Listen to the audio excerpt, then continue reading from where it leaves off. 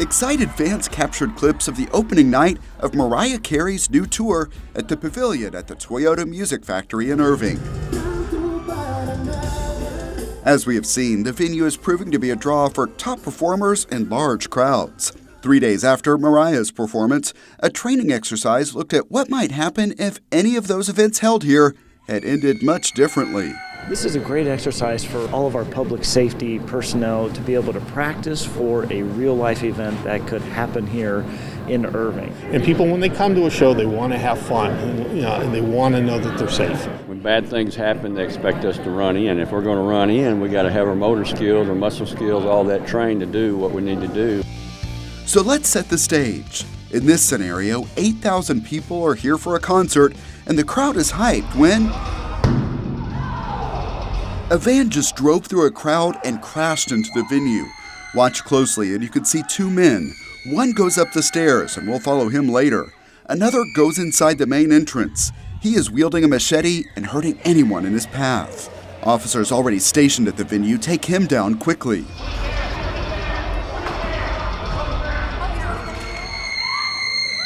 Concert goers are in panic, but responders are focused. The first call to 911 was a vehicle collision into a crowd. The first officers to arrive help tend to the injured and try to make sense of what is going on. And they relay that back to dispatch, and as they realize that this is bigger than just a few people or just a small isolated event, they're able to call in more resources. We still don't have control of the scene at the moment. What we understand is that we have two suspects that came into the building here while this concert was going on. There are casualties, I'm not sure to what extent. Soon, the Irving Police Tactical Team arrives.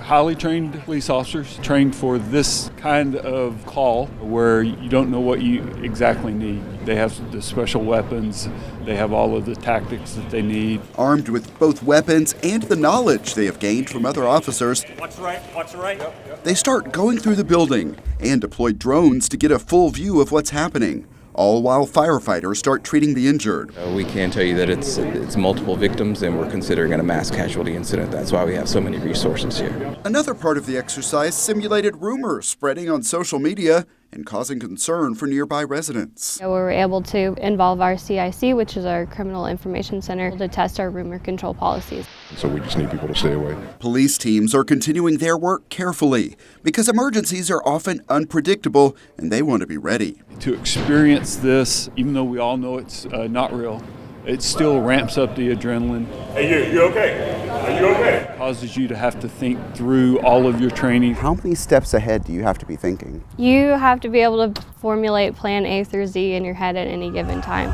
Remember that man who darted up the stairs right after the initial crash? Everybody's gonna die! He just took his crime spree to another level. All right, we got a hostage up there. Actually, it's two hostages, and it's only getting worse. Go back! The police department's drones help monitor the situation, and there is even more happening here that we cannot see. Snipers are in place, and hostage negotiators are at work. Hey, stop! Do you have any devices on you? After some time, one hostage is free, but with explosives involved, police do not take any chances, so they're patient. Soon, this situation comes to a climax.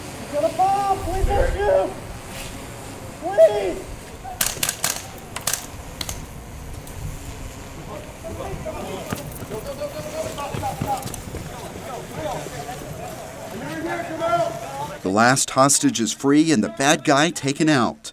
But for these first responders, the exercise is not over.